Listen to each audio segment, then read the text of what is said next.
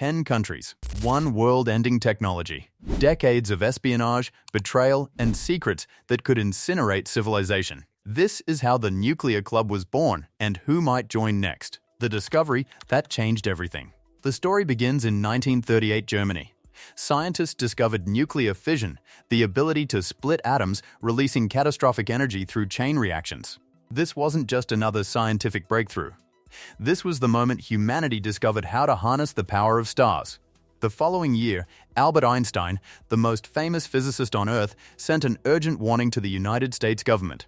Germany, he explained, could weaponize this technology, and if the Nazis built this bomb first, they would dominate the world.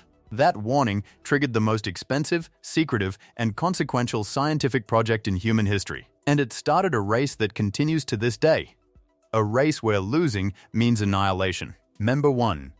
The Manhattan Project. The United States was famously the first to create nuclear weapons. After a long and secretive operation against the backdrop of the Second World War, scientists from the US, UK, and Canada collaborated in the Manhattan Project. The United States became the first nuclear power through the Manhattan Project. A massive collaboration between American, British, and Canadian scientists working under wartime secrecy. They spent nearly 1% of America's entire GDP on this single objective. That's roughly $28 billion in today's money, poured into a technology that didn't even exist yet.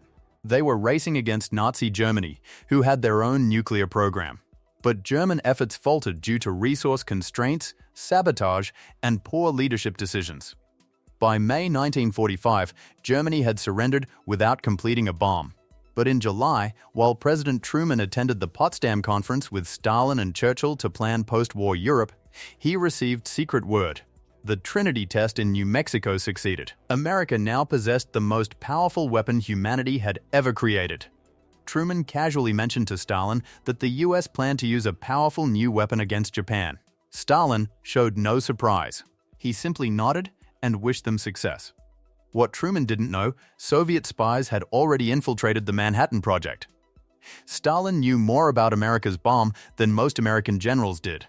Internally, Stalin was furious that America had beaten them. In August 1945, America dropped Fat Man and Little Boy on Hiroshima and Nagasaki. Japan surrendered. World War II ended. But a new war, a cold one, had just begun. Member 2. The Soviet response. The Soviet Union was second to obtain the technology.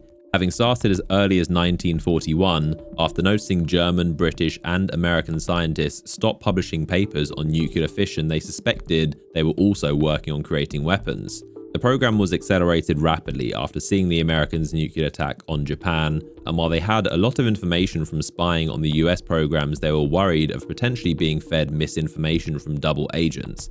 The Soviet Union became the second nuclear power in 1949, much faster than America expected.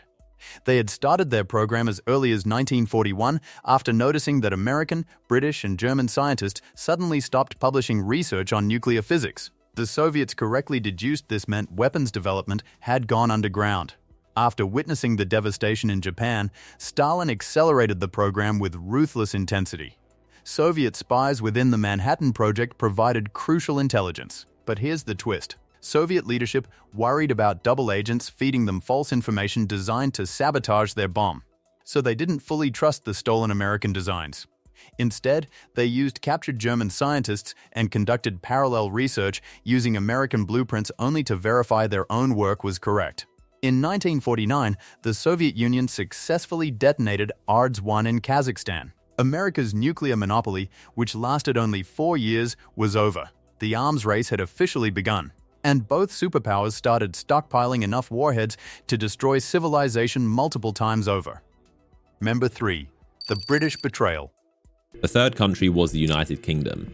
Now, you might assume that the US would have helped them as they were key allies fighting side by side in both world wars, and in theory, America would want to empower their good friends in Europe, but this was not the case. The UK pioneered a lot of the groundwork on nuclear weapons before the US with a project called tube alloys starting in 1940. They did this with the help of German, Austrian, and Polish scientists that were fleeing Germany at the time. You might assume America helped Britain, their closest ally, develop nuclear weapons. You would be wrong. Britain actually pioneered much of the groundwork on nuclear weapons before the US through a program called Tube Alloys starting in 1940. They worked with German, Austrian, and Polish scientists fleeing Nazi Germany. But resource constraints during World War II forced Britain to hand over all their research to America under the Quebec Agreement, which explicitly stated that the US and UK would share nuclear technology once completed. In 1945, when America successfully tested its bombs, they terminated the agreement and kept everything secret. Britain was shocked, betrayed, furious. This forced the UK to resume its own nuclear program. Fortunately, they still controlled most of the world's uranium supply and had already done significant groundwork. In 1952, Britain successfully detonated Operation Hurricane at the Montebello Islands near Australia. The British were back in the nuclear club, but they never forgot America's betrayal. The thermonuclear revolution.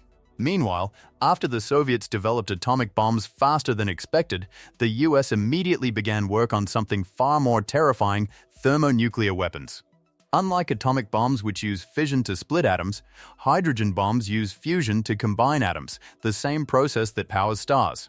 These weapons are hundreds of times more powerful than the bombs dropped on Japan. Scientists like Robert Oppenheimer, who led the Manhattan Project, warned the US not to develop hydrogen bombs.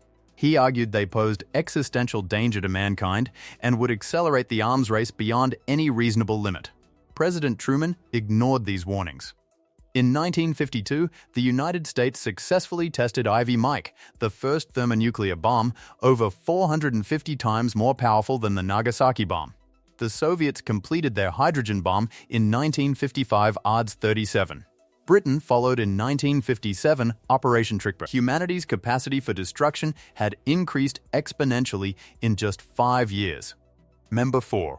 French independence. The fourth country was France, who already had a few scientists working on the Manhattan Project and started their own nuclear program after World War II, collaborating with Israel, but mainly focusing on energy instead of weapons. That was until after the embarrassment of the Suez Crisis and increasing tensions between the US and Soviets prompted France to want their own deterrent strategy and to retain their place as a great European power. France became the fourth nuclear power in 1960, driven by humiliation and strategic independence.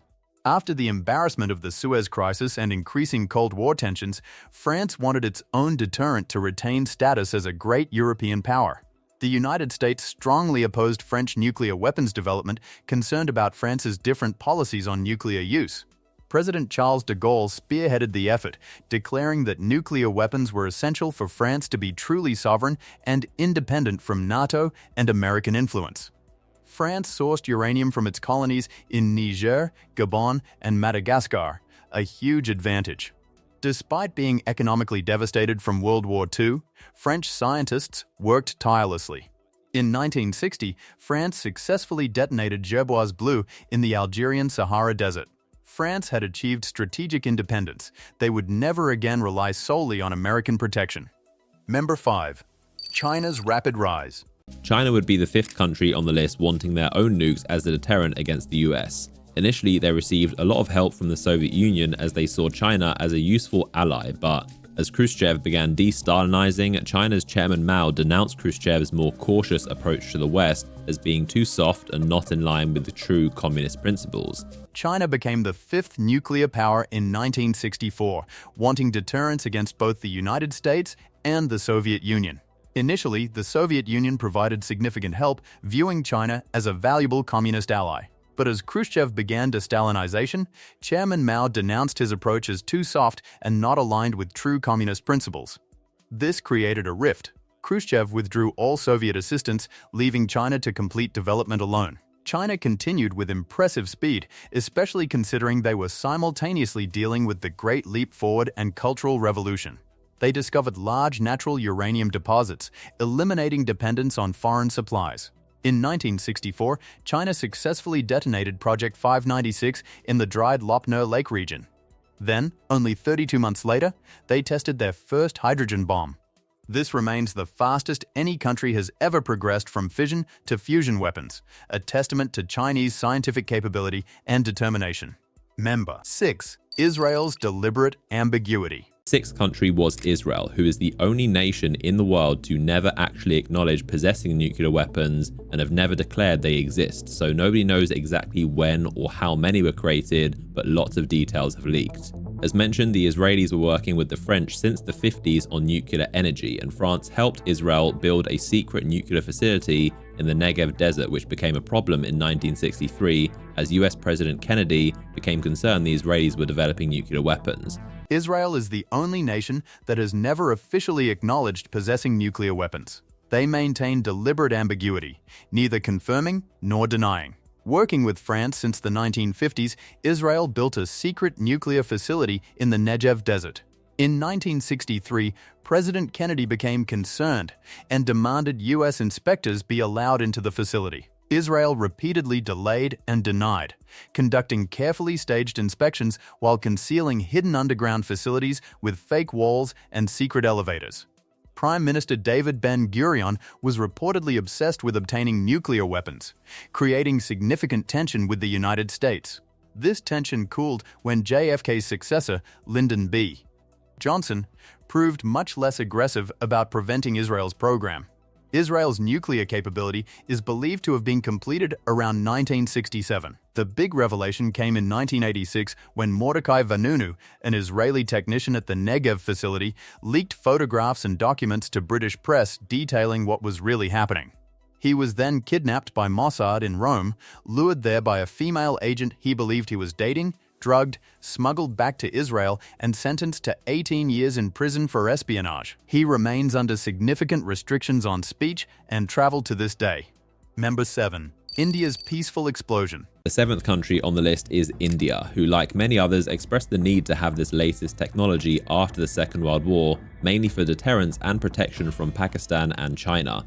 Research began in the 1940s but would take several decades to complete the process. This was accelerated after India lost a border war with China in the Himalayas in 1962 to stop Chinese aggression. India became the seventh nuclear power driven by deterrence needs against Pakistan and China. Research began in the 1940s but accelerated after India lost a border war with China in 1962. India developed nuclear energy using Canadian and American reactors while secretly using them to develop weapons. In 1974, India successfully tested what they called a peaceful nuclear explosion code named Smiling Buddha in the Rajasthan desert. This drew worldwide condemnation and sanctions. India was using a Canadian reactor provided for peaceful energy purposes, and they refused to sign the Nuclear Non-Proliferation Treaty.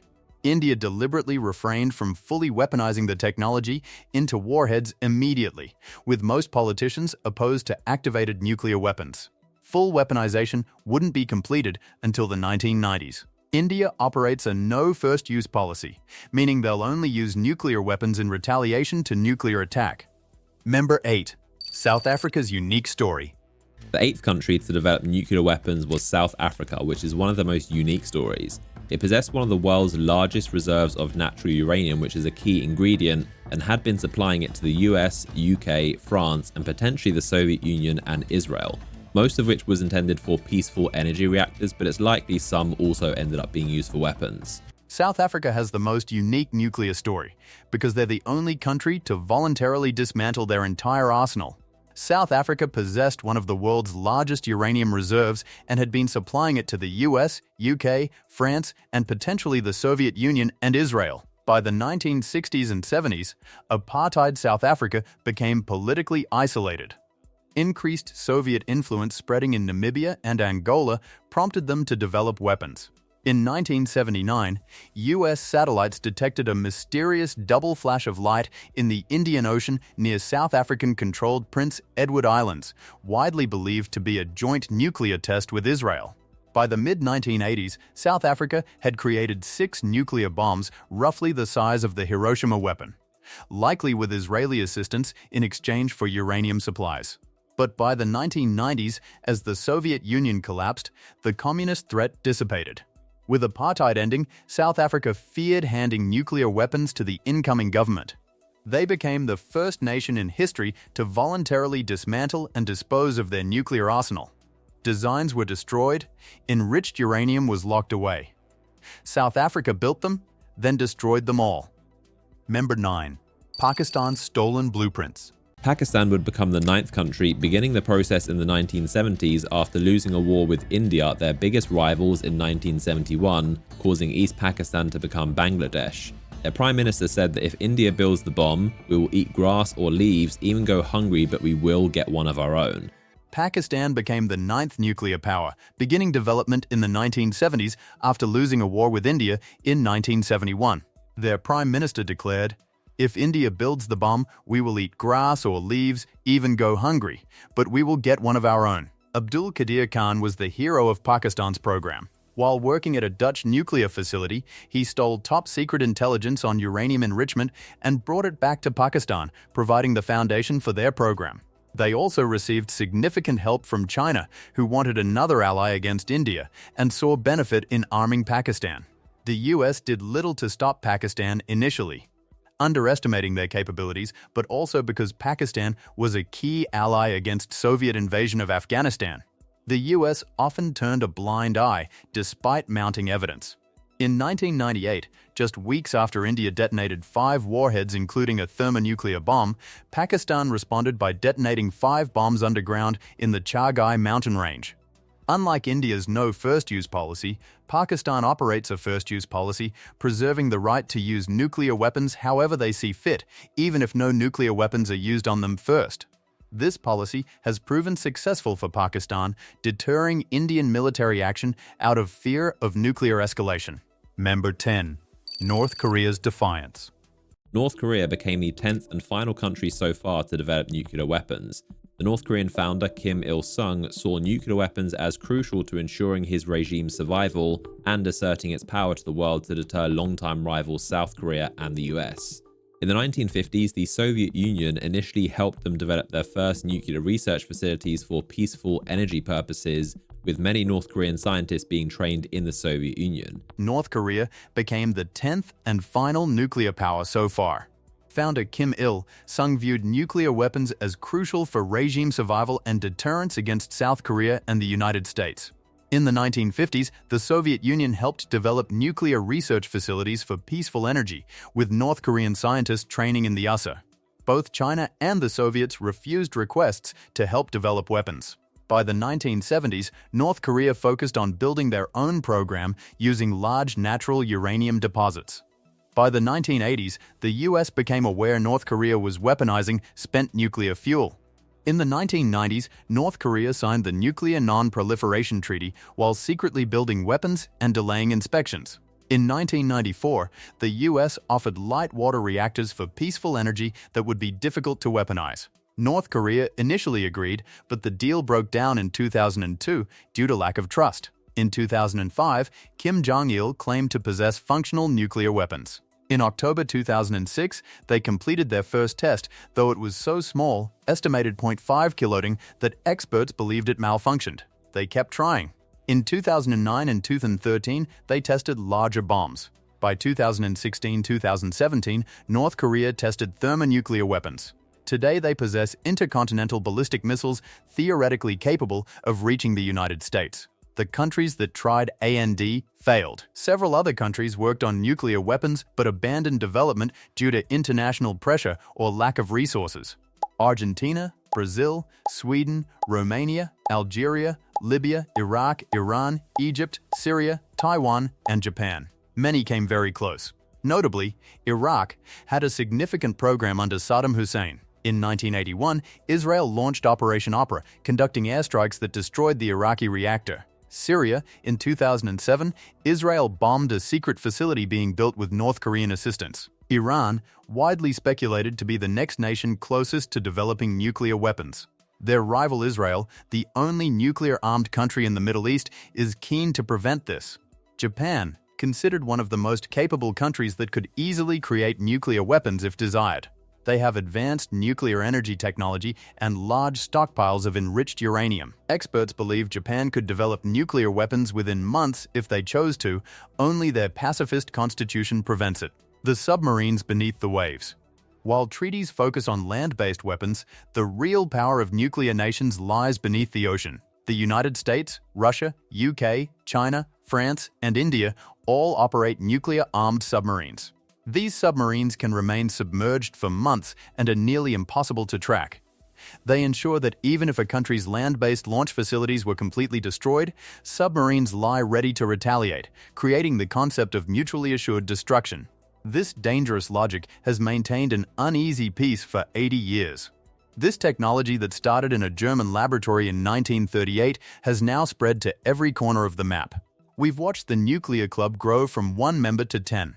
The technology is old, but the blueprints exist everywhere. The only thing stopping the next nation from joining isn't science, it's politics. And in a world of changing alliances, rising tensions, and technological proliferation, the question isn't if more countries will join the nuclear club. The question is when and who will be next.